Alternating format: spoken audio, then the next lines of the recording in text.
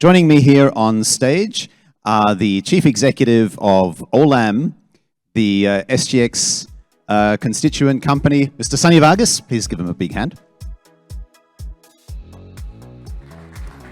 We're also joined by another gentleman from the industry, Ernie Ko, Executive Director of Coda. Thank you very much for coming. This isn't your furniture by any chance, is it? No. No? Okay. And we're also joined by Robson Lee, an Assistant Honorary Secretary of SIAS and a Senior Corporate Finance Lawyer. We're also inviting you to join the conversation. Yes, please give my panelists a big hand. Thank you. And we're inviting you to join the conversation either by signaling to the microphone runners or by adding your questions, comments, or other contributions into Pigeonhole. The QR code should be appearing on your screen. Sunny, firstly, your reaction to Paul's comments about the shorter supply chains and more localized production. Is that even possible in your business? Not entirely. And therefore, I think Paul's comment that it is sector specific and you will have different nuances for different sectors. So for example, 85% of the world's almonds are produced in California. And that is because almonds need 550 chill hours for the almonds to properly set. They need no prospect of a frost. So while you need so many chill hours, it should not have the risk and susceptibility of having a frost, which will destroy the crop.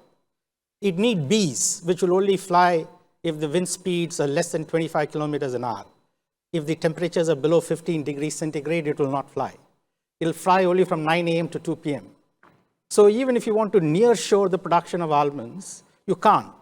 You need very specific microclimatic conditions and very specific growing conditions to be able to produce these almonds.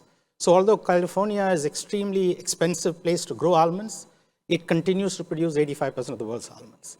So there are nuances. But he's absolutely on the ball in terms of talking about the trends of deglobalization. And because of fracturing and growing fracturing of geopolitics, even in the food and agri sector, all of us are witnessing and living through very high food price inflation and extremely high food insecurity issues gripping the global economies.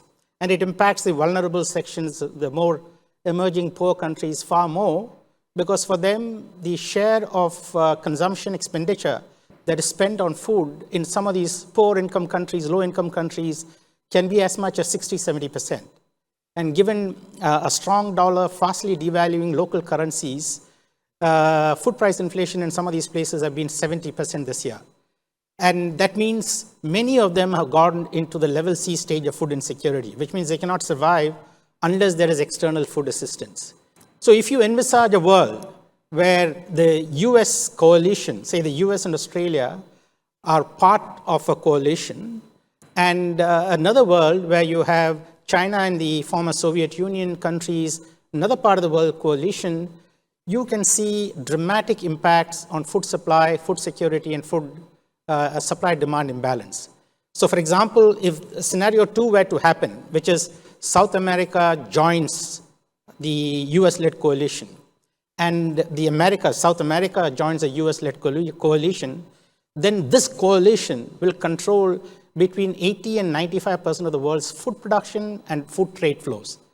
If that happens, where will they find the markets to supply those goods? Because China, FSU, and the other countries together will have a severe shortage of roughly 70% of their food requirements. We have fought wars over oil. We will fight bigger wars over food. And that last year at this time, we had 14% of the world's calorie consumption impacted by government protectionist measures. And just after the war, between February 24th and end of May, there were 50 restrictive practices, precisely the wrong policy response that 50 countries had imposed on various kinds of export bans, export quotas, export tariffs, which dramatically exacerbated and amplified the food security issue. A lot to unpack. And by the way, Paul, feel free to raise your hand if you'd like to jump in but I promise to also give you the opportunity to do so. Sunny, when you then, gosh, I had no idea almonds were so hard to grow. It's surprising that we have any of them on the table when they're that sensitive. But you're in the process of actually splitting Olam, right? OFI is going to be listed on London, secondary listing on the SGX. Yeah. OFI is more that part of the business that provides consumers with a, let's say, ready-to-drink product, as opposed to the bulk type of stuff that you harvest from bushes and trees and so on. Is OFI looking at being more localized, given the fact that it's going to provide its products closer to the consumer? Yeah, the value-added manufactured end product will have to be localized over time. But that depends, again, on what Paul mentioned. He said that in some products, labor costs, etc., are 70% of the cost of the product. So then you will want to go to places where you have a labor cost advantage, and not everything that is possible for us to substitute capital for labor. So there are other factors of production, like we explained in the almond example, that cannot be substituted by just capital. So in the case of localized demand or domestic demand, I think you will have to try and see how much you can localize. OFI is really a play for the growing demand for plant-based, natural, on-trend, fully sustainably sourced, granularly traceable food ingredients and value-added solutions. It is not only about the end product, and we don't get into branded products because then we have a channel conflict with our customers. The large customers of ours like Nestle and Unilever want us to make up our mind whether we are their suppliers or their competitors. So we don't really get into branded distribution in OFI, but we supply all of their ingredients, and we are able to offer them climate positive, nature positive, livelihood positive, fully sustainable, deforestation free, no forced child labor in our supply chains, that kind of guarantee, which is a very important trend and requirement of our customers. Thank you for the clarification. Ernie, tell us a bit more about your business, furniture OEM, been around for many, many years. Are you going to do what Paul's Baker does in the west of England, and that is to bake those furniture items? Actually, if you're talking about like Olam business, I think is the more of the agricultural generic products that you are trading commodities. Yes.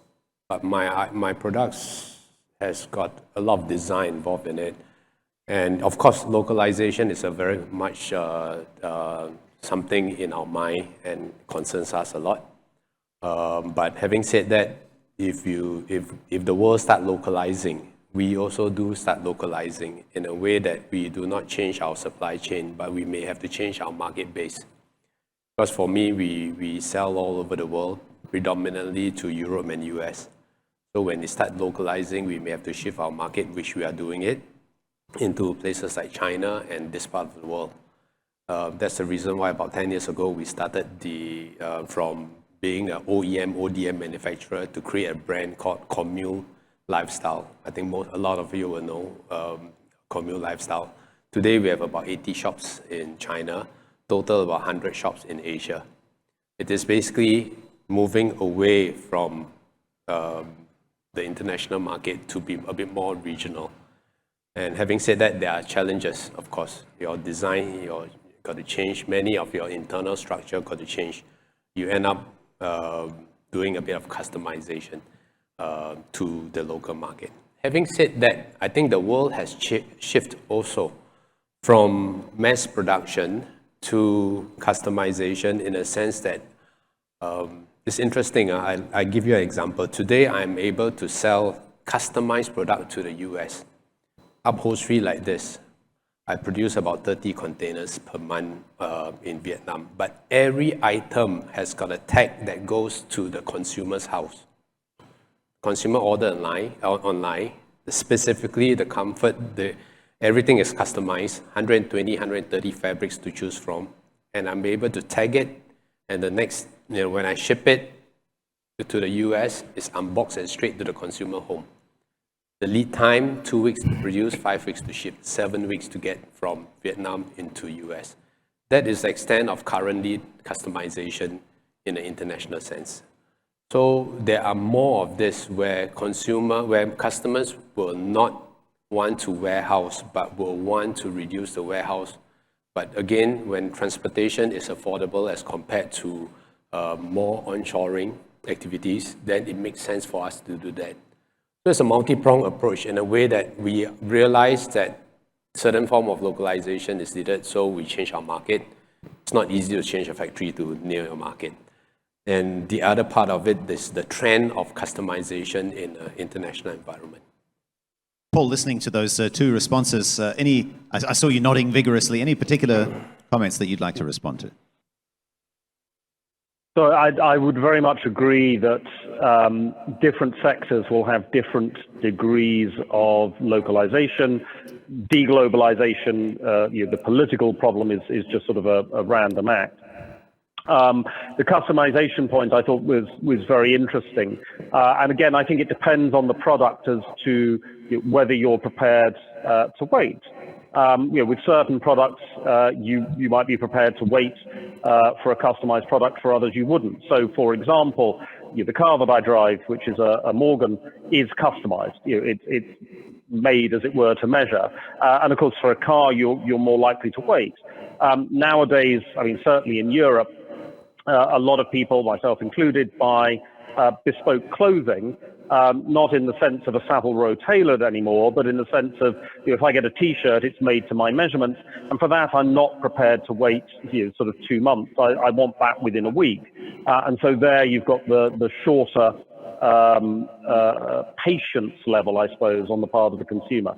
So the customization story, I think, is going to be very interesting. Also, of course, it's something which, again, from a bigger picture economic sense, helps to improve efficiency. There's a lot less waste in a customized product because you're not adding on things which the customer doesn't want. I mean, if you think about a customized car or customized electronics, you're not putting in unnecessary features. And if it's a product which has been made specifically to your needs, it helps reduce the turnover of the product. You will keep it for a longer period of time if it's exactly what you want, whereas if it's something which isn't really what you want, you might be inclined to throw it out and replace it in a couple of years' time. So there's lots of different issues here which I think are coming through in the way that supply chains are changing. Yes, and we have 45 minutes to discuss them. Once again, please join the conversation on Pigeonhole or by signaling to the microphone runners.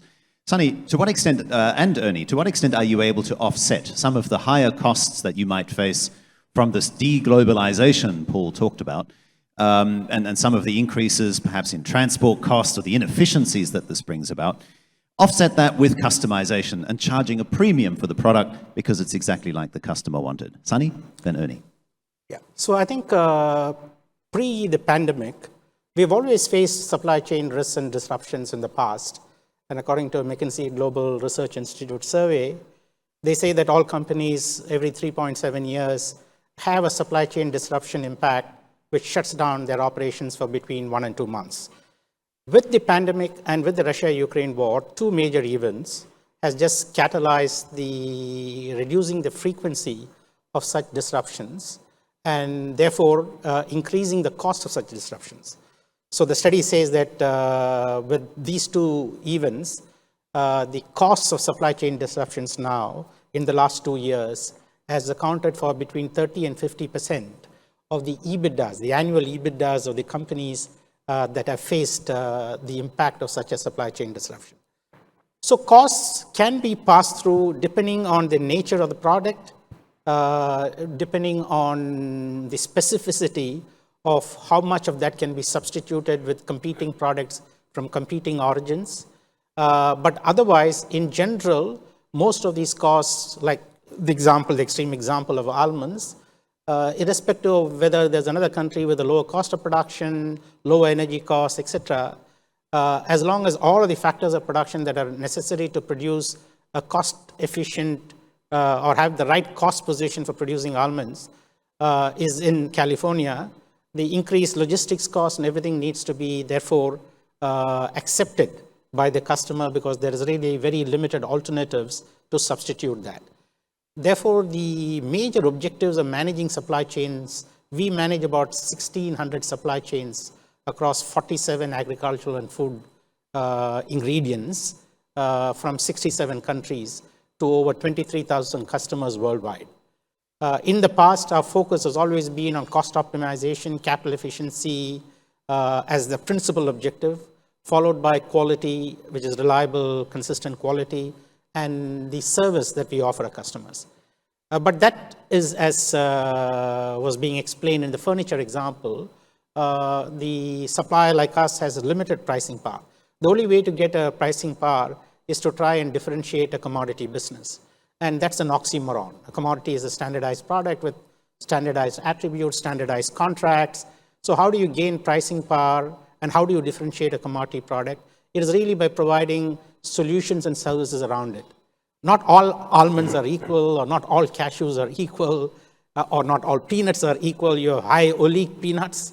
And if you can farm them and source them and originate them and maintain their identity and chain of custody, everything from the farm gate to the factory gate of our customers, or you embed low carbon intensity almonds or cashews or whatever by actually reducing the greenhouse gas intensity of that product that you're supplying, and then saying to your customer, we have reduced it by 20% or 30% or 50%, that decommoditizes the business and differentiates.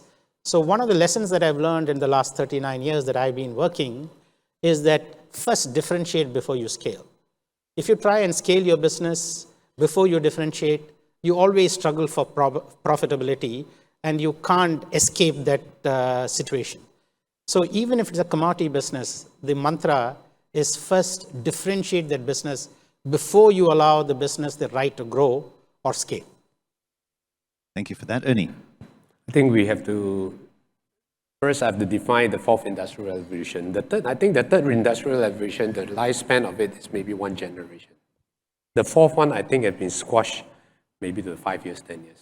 Because what's going to happen in the next 5, 10 years, especially my industry, I may become a software or literally a design element of things. Imagine your house, 50 years ago, there's no fridge in the house. You buy ice. With a big, huge machine, you buy ice home. Today, everybody has got a fridge in the house. You have ice in your home. If your fridge become a 3D printer that can print many materials and all, suddenly I'm out of business. You can print something and use it and then dump it back in and recycle it. So your business become a software. You provide designs for this the next industry. So maybe the fifth industrial revolution instead of the fourth. But I think what Sunny says is very true. Competitive advantage, what Sunny has addressed, be it sustainability, be it design, be it customization. I think we are trying to figure out, especially a Singapore-based company, what are you going to do to differentiate and be competitive in the sandbox you play in? So if you are looking into, I think Sunny is also taking sustainability is one of them, the chain of custody, exactly the same. That is one element. Other element is, of course, we talk about is customization, where usually consumer or customers don't mind paying a little bit more for this because the rest of the transportation and logistics is cheaper for the B2B, and the consumers feels that they have some choice to choose from. So in other words, you are able to command higher price, tag along with other elements of your competitive advantage. Hopefully, you are able to capture the market, be it a localized market or international market. Then I have addressed quickly on the part of the deglobalization. It's a big challenge today. I have factories in Vietnam, 2,000 workers. When US-China trade war started, I said, I'm very happy because the spill-off effect is to Vietnam. But today, I have to think twice. The spill-off effect is into Vietnam with regards to trade from Vietnam into US has escalated. But the US government is seeing Vietnam as a stepchild of China. The Chinese are investing into Vietnam. So they're starting to impose what you call deglobalization things like impose duty on raw materials coming into China, from China, or transshipment from China via Vietnam, or impose anti-dumping rules. So again, we on the third, you thought that is something that is advantage to you, but it become a challenge. So now where do you go to? Do you go to Cambodia? Do you go to Bangladesh? And what's going to happen next? So deglobalization to us, I think, is very real. It's not like you're in China or in the US, it hits you, but then it hits you somehow or another. Very interesting. Robson, you've been listening intently for the last 15 minutes or so. What are your reflections on what you're hearing, and how does this dovetail with what you're hearing from your other clients in the corporate finance area? Well, unlike Sunny and Ernie, I don't come from a specific industry. But as a corporate lawyer who have listed a number of companies, I think the central issues that we should focus today are primarily what do we do in an age of disruption. In the last 3 years, we have seen COVID, how it's impacted many businesses, many industries. In recent months, we have seen the Ukraine war, how it has affected logistics. And now we are now facing a real economical, life-threatening situation in the form of inflation, global inflation, or some call it stagflation, or even shrinkflation. Yeah. So I think, speaking from the perspective of listed companies, I think disruption is now par for the course. It's very much part of the landscape. So the next thing I want to speak about is governance, because this is what this afternoon's topic about. Governance, one aspect of it is risk management. So how do you ensure in a disruptive age where you can't really predict with certainty what's going to happen 6 months, 3 months down the road, with the pound just being pounded, God save the pound, and all kinds of issues coming up from the ever-increasing value of the US dollar. How do we ensure that your supply chains are not disrupted? How do you diversify? How do you have a plan B and plan C? Because when the bolt hits you, when you least expect it, you don't want to crumble. You don't want to disintegrate because you are suddenly very reliant on a particular country. For example, you look at the chips industry. Now US has come out with a new policy based on some archaic law that they have to say that, well, if you are part of this, then we're going to impose all this on you. So it's important as a listed company or even as a company that you need to think through what could go wrong and plan. And you can't just relocate overnight. Because if you look at, for example, your iPhone, earlier Woon Teck was mentioning the example of iPhone. Now a lot of the manufacturing, the OEM is going to be done out of India instead of China. And there would be transition issues because overnight you can't ensure that the workforce, the people who have been assembling all these devices, can come up to speed like it has done so in China. Like Foxconn was a very established OEM manufacturer for the iPhones. You see cars having problems in the previous 12 to 18 months when they couldn't get the chips. And a lot of cars, suddenly you got to do without a lot of the technology. Even your GPS could be a problem, and a lot of the specs, would be comparatively less attractive vis-a-vis cars that were not affected. So all these issues, I think, not just your particular industry, but you happen to be an age, in the current age that we are now in, you've got to think this through as part of risk management, which is very important aspect of corporate governance. Okay, well, let's look through all three, E, S, and G, to bring home the supply chain conversation that we're having here to the issue of governance. Let's kick off with this one. How does supply chain impact ESG, especially the E? How do you balance between business goals and environment? Sunny, on the one hand, people have been complaining about the carbon impact of shipping, let's say, a pair of jeans from China all the way to the United States, quite apart from the cotton that consumes so much water. Does this deglobalization, in your view, actually work towards reducing some of those carbon expenditures because those jeans might now actually be manufactured in the United States? Yeah, I think the localization piece will achieve some of that. But I think what is the theme that's come from Paul's keynote, as well as the contribution from my fellow panelists, is that the objectives of cost optimization, capital efficiency, service quality, which were the principal objectives of having a supply chain efficiently run, is also now migrated to having other objectives, and that is what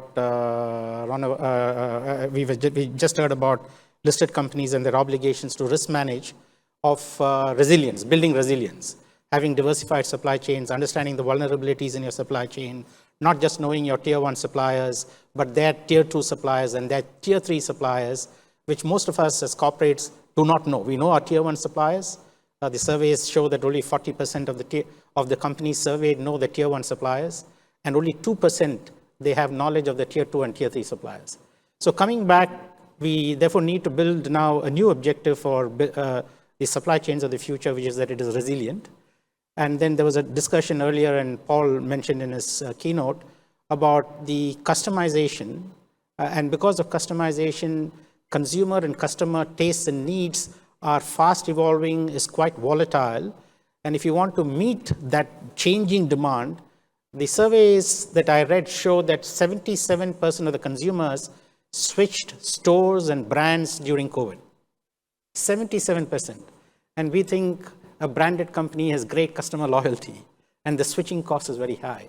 But during COVID, 77% of the customers and consumers switched stores and switched brands, mainly because of the availability of these products at the right time, at the right place where they needed them.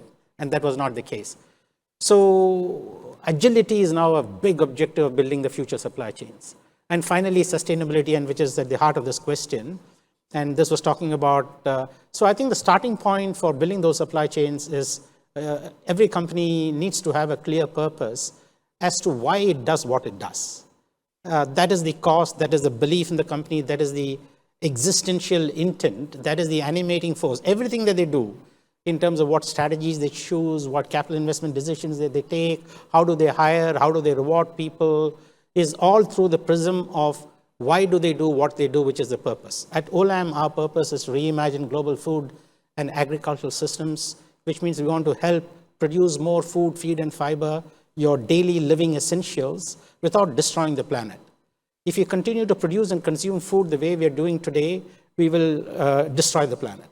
Agriculture accounts for 30% of the world's greenhouse gas emissions, including the direct GHGs emitted by production of food and agricultural products, but also because of the land use changes of converting land to food production, as well as the food loss and waste that we incur. We waste about 1/3 of the food that we produce, which in terms of carbon emissions is more than China's combined carbon emissions. China is the world's #1 emitter of GHG from an aggregate basis, not a per capita basis.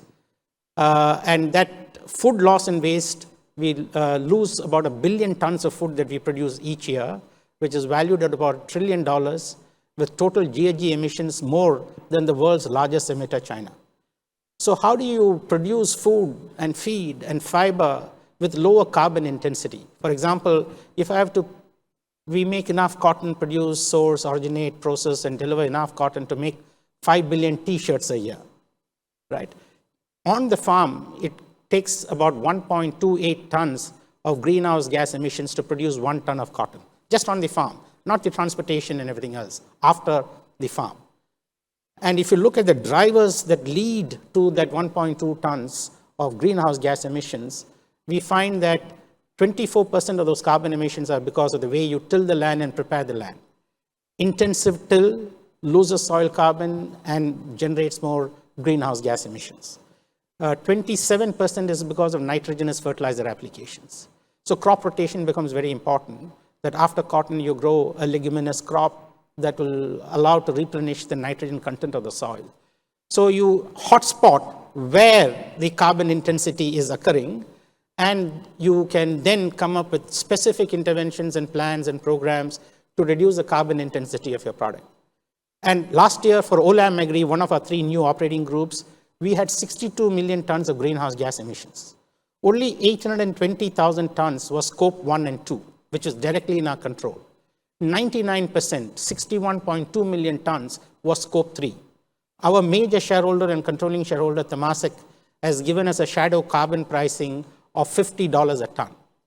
So my 62 million tons of greenhouse gas emissions will grow to 75 million tons in 2030. In 2030, according to the commitments I made, I will reduce my carbon emissions by 50%, which means I have to bring it down from 75 million tons to 31.5 million tons. I have to reduce my carbon emissions by 43 million tons. 5 million tons a year will cost me at $50 a ton, $250 million a year, which is roughly half my after-tax earnings of this company. What is a bigger priority for me as a CEO or for my CFO, but to solve this big elephant in the room, which is our number one problem? So you have to integrate sustainability with your strategy. It cannot be a risk mitigation piece. It cannot be an afterthought. It's not about scoring public relations brownie points.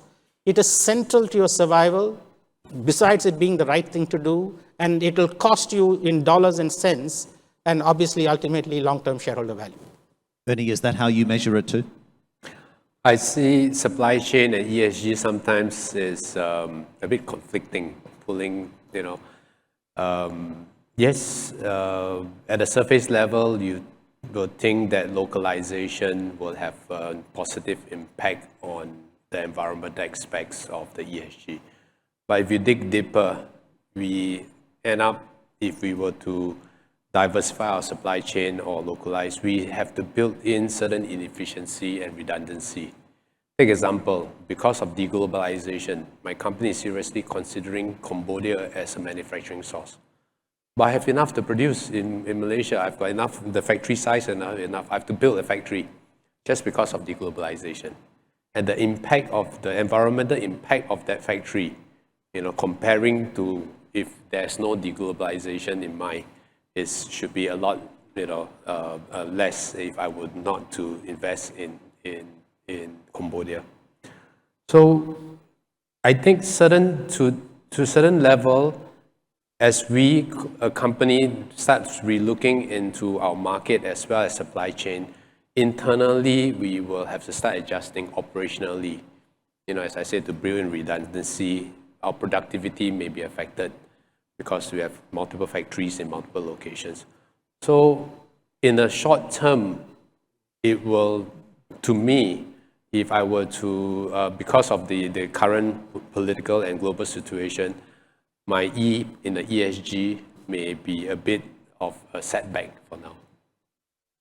Well, Paul, my question earlier on whether localizing production could help to offset some of the carbon that's currently created from shipping stuff around the world seems rather naive when you consider some of the huge issues that people like Sunny are facing in his business. Paul, what's the global view on this?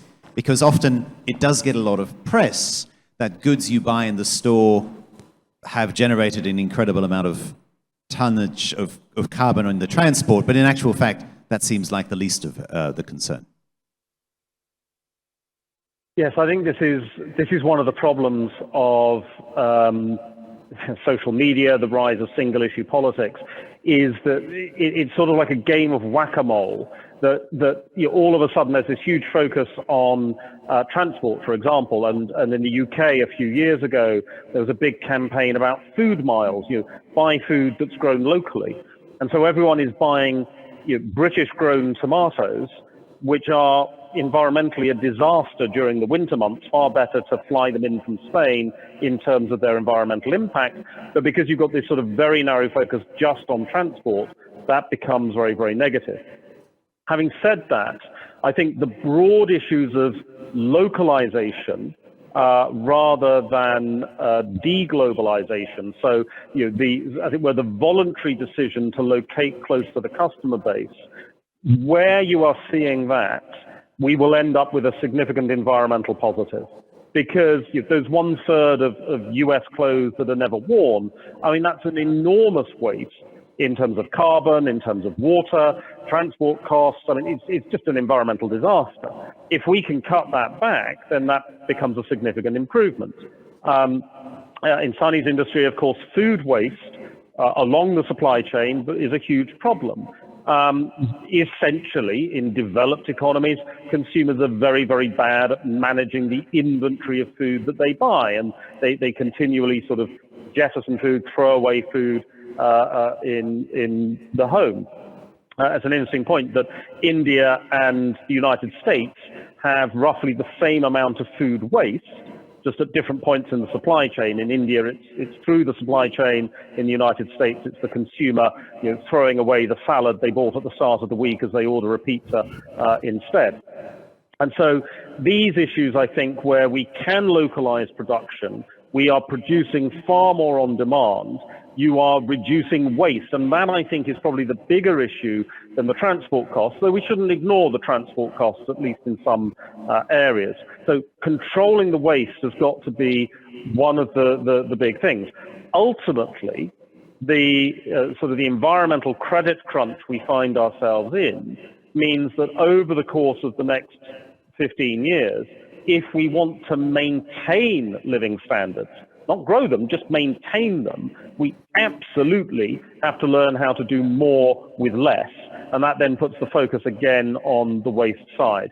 So I think that the deglobalization, which Ernie was talking about, and the challenges that he's got, that absolutely is creating inefficiency, and that's both economic and environmental. That's an unnecessary degree of inefficiency in the system. But the localization, where companies are saying, actually, you know what, we can do capital for labor substitution, we can manage our supply chain better, we can do digitization, that then becomes more environmentally efficient.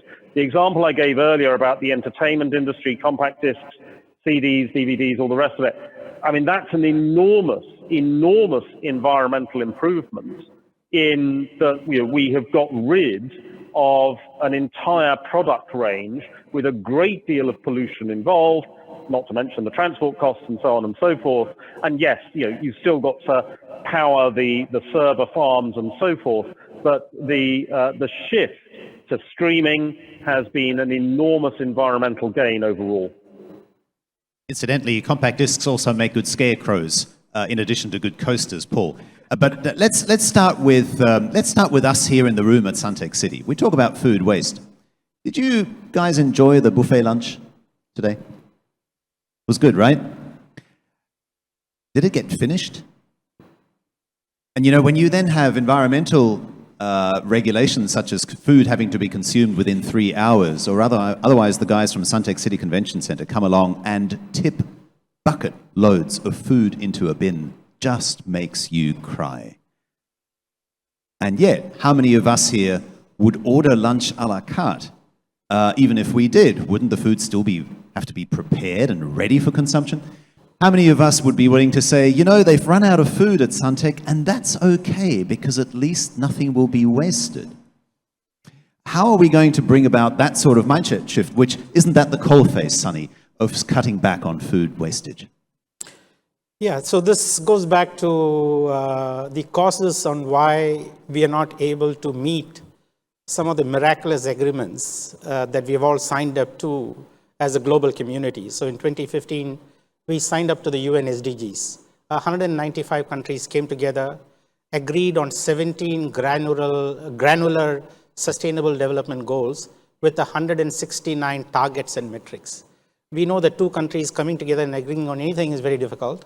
To agree on 17 goals and 169 targets is a miracle. That happened. But we are 7 years into that program. We were supposed to achieve these goals by 2030. We have 8 years left. The interim progress report is that no country is anywhere on the trajectory of achieving any of these goals.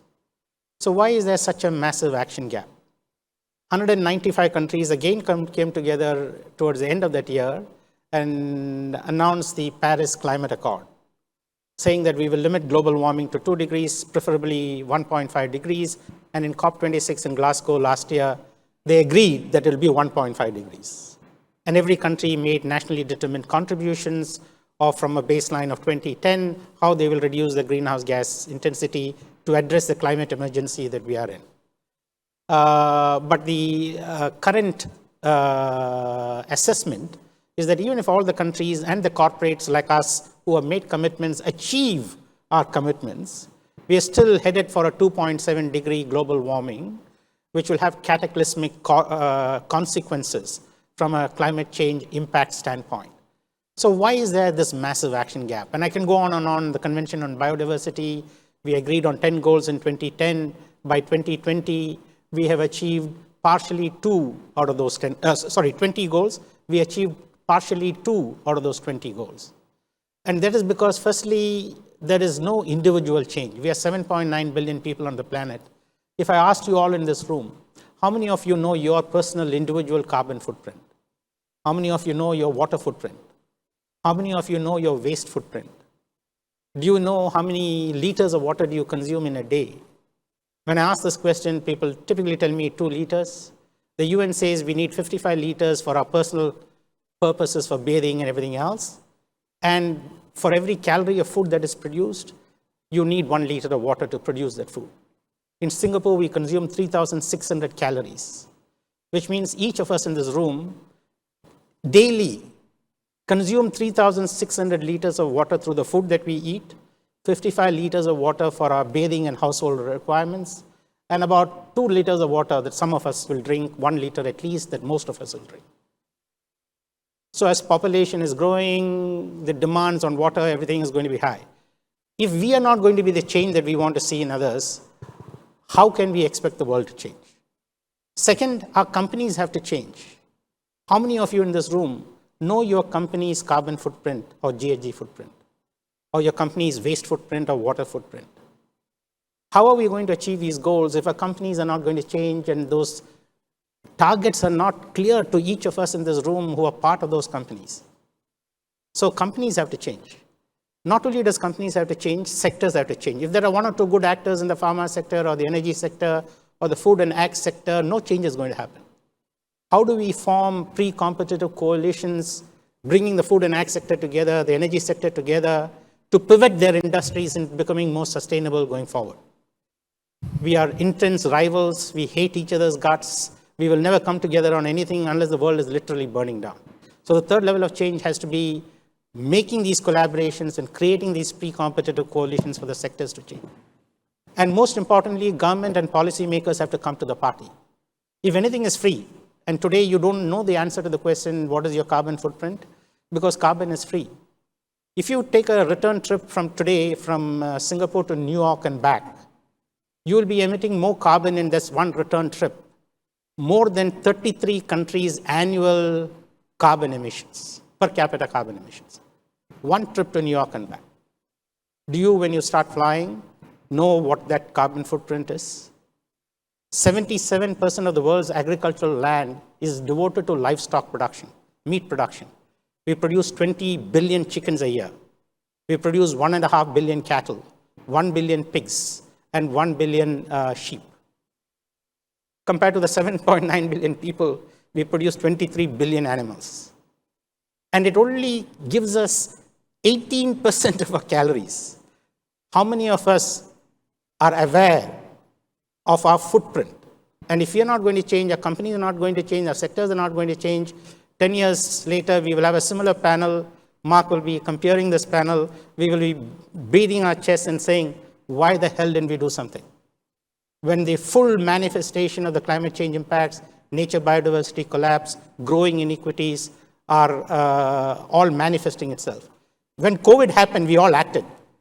Irrespective of whether we liked it or not, we maintained safe distancing, we improved our personal hygiene, we got vaccinated 3-4 times. We were very careful because death was staring at us in our face. If we didn't act, we could die. But climate change, nature biodiversity collapse, growing inequities, these energy security, food security, water security, these are all distributed dangers over time. Impacts are gradual and cumulative. But from the COVID epidemic, we know that if we didn't prevent it, the costs of curing it, $27 trillion the global economies have spent on just dealing with the COVID pandemic.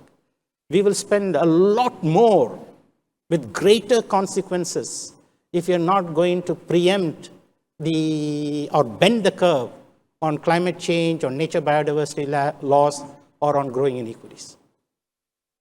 Mark, let me say something about this. I think sustainability and environmental part of it is a long drawn part of your business.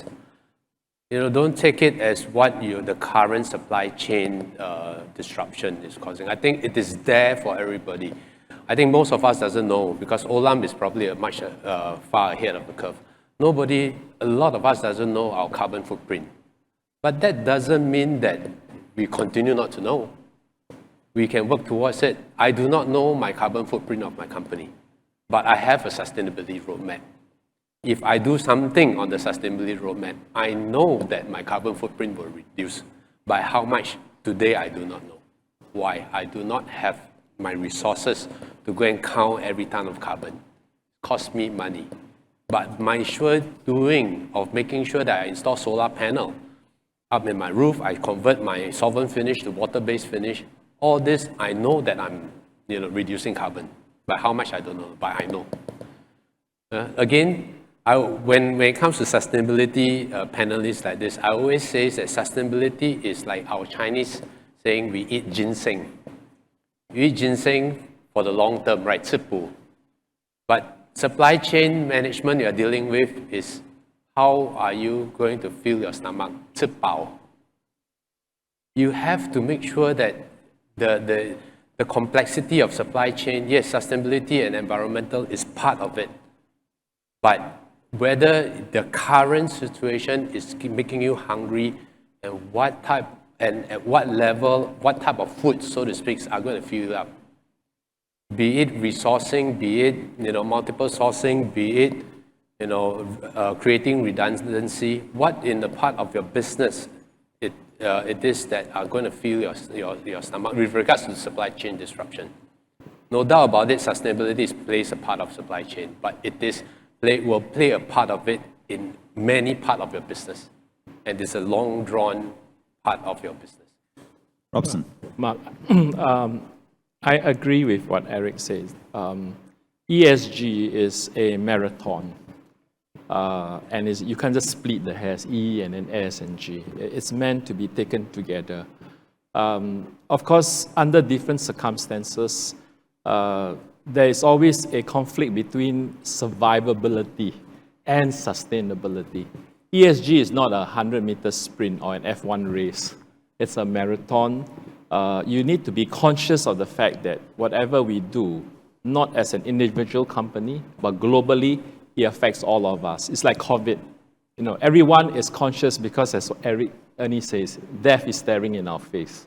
And then we got to get our act together, whether you get yourself vaccinated, boosted, social distancing and all that stuff, or you can go to the very extreme like what China has been doing. But at the end of the day, we need to strike that proverbial balance. And I know at least the Singapore regulators, they are conscious that you need to strike a balance because overnight you can't change and everything go green. And what you have if you have an extreme position, a very harsh tone to say that by this date you need to go green, then business will collapse. And that's why they do it via moral suasion, education, so that gradually we transition. But even then, everybody needs to get this act together. I mean, transition financing is not profitable. It's not popular because the take-up is not good. And you have these issues of greenwashing. So at the end of the day, it's a question of getting a global consensus. Even ESG, measuring climate issues, you don't have a one-size-fits-all. And then what sort of metrics, what sort of strategy, what sort of assurance, external assurance. I think these are issues that we need to address, and I think that's what the Singapore Exchange and MAS is taking the lead, getting you to focus, getting boards to look at it and publish it on an annual basis. I believe next year is compulsory. So it's a transition process. We all should be conscious, but we have to be realistic that if you have a survivability issue, then probably that has to take precedence. Yes. Yeah, let me add. I think currently with regards to sustainability and ESG, is we are planting the seeds. Planting the seeds, you don't expect the harvest to be much later. But when the harvest comes, the exponential effect of things will go up. It's like EV cars. When the mass adoption comes in, then you will see the exponential. But at the moment, it is literally seeding it and making sure that everybody is aware of it. The sustainability of this panel discussion is another 10 minutes and 30 seconds. So it's incumbent on me to focus on the S and the G as well. Do we go top down, Robson, or do we go bottom up? Let's pluck them apart, even though you say we have to take them together. The two questions that I'd like to address come from two of you. Thank you for your submissions here. And let's focus on the S part, the social aspects. How about manpower concerns? One of you wrote. How has the pandemic affected production? Have you been able to hire staff? I'll park that with you. And the other similar question is, in the evolution of supply chains, has there been an even improvement in the outcome for all suppliers in the supply chain? Are there competitive advantages to be developed in this respect? So we're talking about manpower, we're talking about suppliers. Sunny, would you like to start? Yeah, so first, as far as manpower is concerned, it has become far more difficult to hire, and the cost of hiring has also gone up. And again, it is nuanced and varies from countries to countries and from region to region. But people during the pandemic, for example, finding farm workers and labor was becoming extremely difficult because there was many restrictions from a regulatory standpoint for moving people and everything else. And for the higher risk, etc., workers and others wanted a premium. Many people fell out of the employment pool and joined the gig economy. Post-COVID, there has been the great resignation wave. So that has also impacted. On an average, globally, I'm told that engagement scores, when companies did their engagement surveys and pulse surveys during COVID and post-COVID, engagement scores have fallen between 6 and 10% globally on an average as a result of the pandemic. So workers are feeling more anxious, they're feeling more stressful. Although there has been the flexibility of working from home, they've actually taken the office to home. And they're on call 24/7. And many of them do not have the facilities to have a separate study at home, to be undisturbed, and to draw a boundary between their work hours and their personal hours. All that has dramatically changed as a result of COVID. So I think finding good talent and being able to hire them and retain them and motivate and inspire them has been a big challenge as a result of that.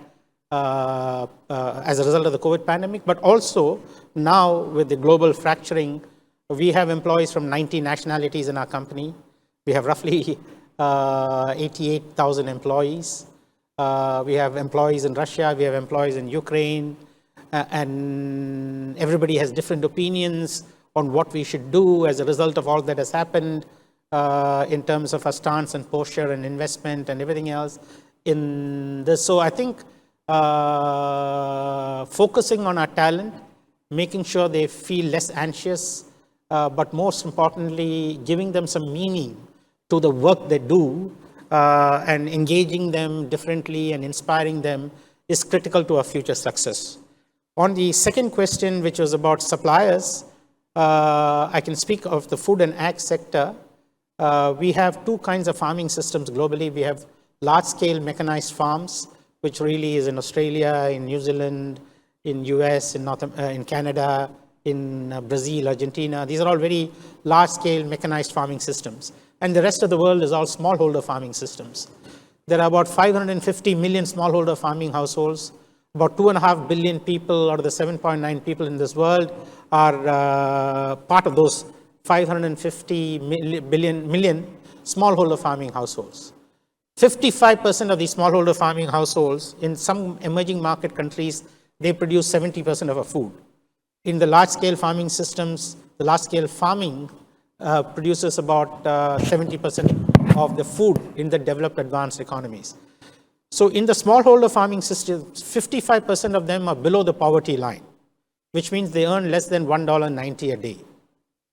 And almost 90% of the smallholder farmers are below a living income, which means living income, as a rough rule of thumb, is about 3.5 times more than the poverty line definition of $1.90. So the tragedy is that a lot of people who are engaged in feeding us are going hungry or are poor. And unless we can use technology to improve the livelihoods of our farmers and the communities of the farmers, I think we will have a structural difficulty in getting the food that we are used to as reliably as we have in the past. Ernie, obviously your business, furniture, very different in terms of suppliers and staff. What's the implication? Sunny got 28,000, I only got 2,000. So I think his word is louder. No, actually manpower, we shouldn't view manpower as manpower basis. I think we, as Sunny has mentioned, about technology and all, implementing it into your system to create productivity and also the well-being of the employees. A lot of manual work, a lot of tedious work can be replaced by technology. It's just your ROI, how long your ROI on technology investment is. And pandemic has taught me a lot that I can actually globalize my talent. A guy next to me Zooming with me can be 10,000 miles away Zooming with me. It is as if it's next to me. So now I'm looking into my designer. I have Filipino designer based in Singapore. Why do I need to base them here? I can base them in Philippines. I can my IT guys to base in India. A Zoom call. And then if you need a couple of 2 times per year, I travel, make them travel to Vietnam. Not that the guys from Singapore don't go to Vietnam. So the globalization of talent makes me think, that with technology, we are able to do a lot of things. With respect to supply chain and competitive advantage, of course, as a Singapore-based company with no operations in China, but in Vietnam and in Malaysia, we view that we are, to a certain level, taking a good position because moving forward, the big trade war between US and China will escalate, But again, we have to be careful on it. But at the moment, it is on an advantage. But having said that, we look into new markets to localize. Again, as I mentioned, we take China as our market with our commune shops. We intend to grow internationally, so to speak, heavily focus on Asia. And China, Singapore company, actually, the reputation of Singapore company, you talk about reputation risk, Paul spoke about it. I think Singapore company has a positive reputation in this part of the world, and we continue to play that game to be reputable companies dealing with suppliers, dealing with customers. I think we will hold our fort moving forward. Time is running short, so quick comments from Robson and then Paul. A quick perspective. I think in the age of digitalization, I think there is a structural issue of people becoming unemployed because they don't have the wherewithal. And also, if that is a burgeoning problem, it also becomes a political problem because then the voters would try to influence the government to say that why are you letting in so many foreigners? And so these issues are not straightforward issues. It's at the end of the day, the manpower issue is not a question of just hot desking or just trying to work from home.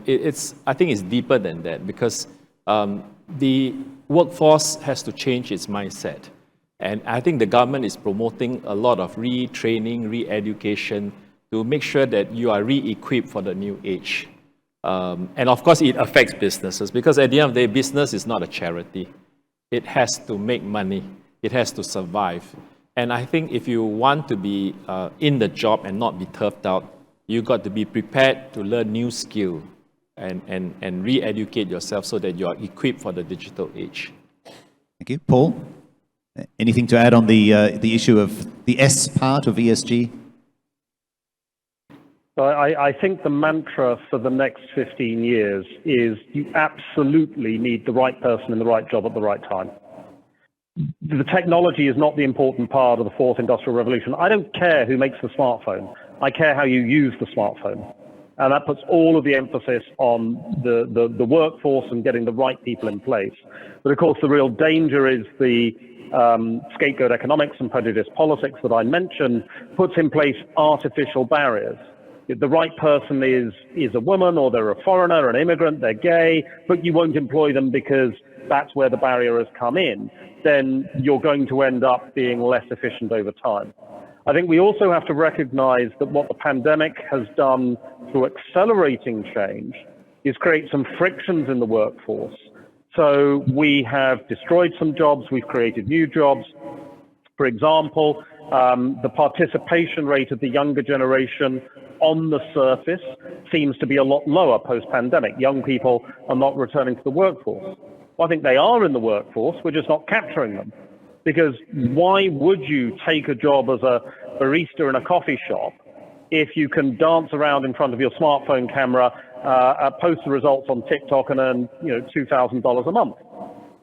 10,000 followers on TikTok is $2,000 a month income stream. Apparently it doesn't apply to LinkedIn followers, sadly. And we've also seen other forms of friction as well. With increased online shopping, you've got increase in delivery drivers, but also some people have stopped working as delivery drivers, and that's creating friction.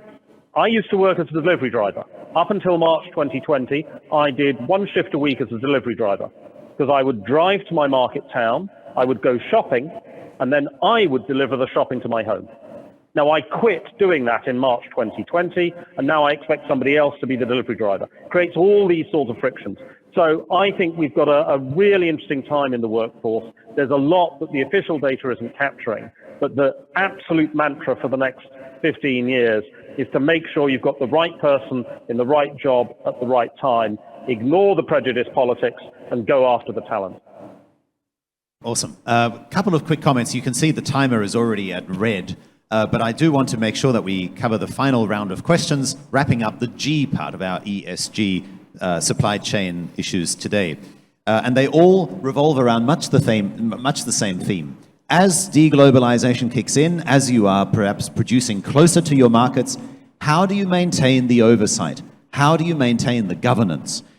Unlike in a current environment where you might have a situation where you've kind of got a big overview because the supply chain is so integrated. Sunny, just to address these questions, how will you monitor and control outsourced assets with cross-border operations? How does a company ensure its standard of governance practices across countries? Ethics, those questions have all come up. Thank you. So I think, again, it starts with our purpose, which is to reimagine global food and agricultural systems so that we can produce more food, feed, and fiber without destroying the planets with low resource intensity. The outcomes that we want to achieve as part of that framework is we want to be climate positive, we want to be nature biodiversity positive, we want to be livelihood positive, and we want to have transparent governance. And by transparent governance, what we mean is inclusion, equity, and diversity as one aspect of that. We have about 14.5 million hectares from where smallholder farmers, 5.7 million smallholder farmers, supply the various raw materials to us. So we have an Olam farmer information system that helps us establish traceability and granular traceability as to where we are sourcing from and what our footprints are as a result of that. So I think having those clear codes of governance and then being able to have very specific targets that we make public and then being able to measure and report it, what's and all, the good things that are happening, the bad things that are happening, is the way we try and put in place that effective oversight and governance structure. Ernie, can I ask you what will happen if you do have to open that factory in Cambodia? How will you teach them what they already know in Vietnam and Malaysia? I think my customers impose certain ethical governance on me. And over time, I bought into it. Beginning, of course, I was just go according to what they want. Okay, you want me to be socially responsible for my factory, the woman working in it, I'll go. But pretty soon you realize that it is doing good for your company. So I think the value chain needs to have that, everybody in the value chain needs to have that in mind. It's a lot of education. My customer don't impose, unless you do some, like things like child labor and all, but then they don't impose certain things on me. They educate me. And I think in the value chain of when it comes to this, you got to go and educate the upstream. Having said that, there's definitely pilferage, so to speak. There are definitely issues that happen, that you do not know of. And that's where you have to see how do you manage it to soften the problem. Every big company has got things popping up. I'm sure Olam has got, misinterpreted, misunderstood, and it's a matter of managing it as we go along. Final comments from Robson and then Paul. I think the important principle is business integrity. Wherever you are, be transparent, be truthful, be honest. And if you are a listed company, disclose, follow up, and ensure that at the end of the day, things can withstand scrutiny. There will be down moments, there will be up moments, but don't window dress your accounts, don't lie to the market, stay true, stay on course, stay focused, and be resilient. Business integrity, I cannot overemphasize. Paul, the baristas are waiting for us with the coffee. Final comments from you. So I would say that governance increasingly depends on culture within a company, and that's a difficult thing to get right, but I think it becomes more and more important as we get flexible working. It's making sure that employees share a common set of values, to Robson's point about behavior, I think, but it's got to come along with that. But I think there's also, as I've mentioned before, a lot more risk, because if you get the governance wrong, you will be judged guilty in the court of social media. And that's something that nobody wants to experience. Indeed. Ladies and gentlemen, please join me in thanking my panelists. Paul Donovan, Chief Economist at UBS in London, along with Ernie Ko, Executive Director at Coda. Please keep the applause going for Robson Lee, Senior Corporate Finance Lawyer and Assistant Honorary Secretary of SIAS. And Sunny Vargas, great to see you again.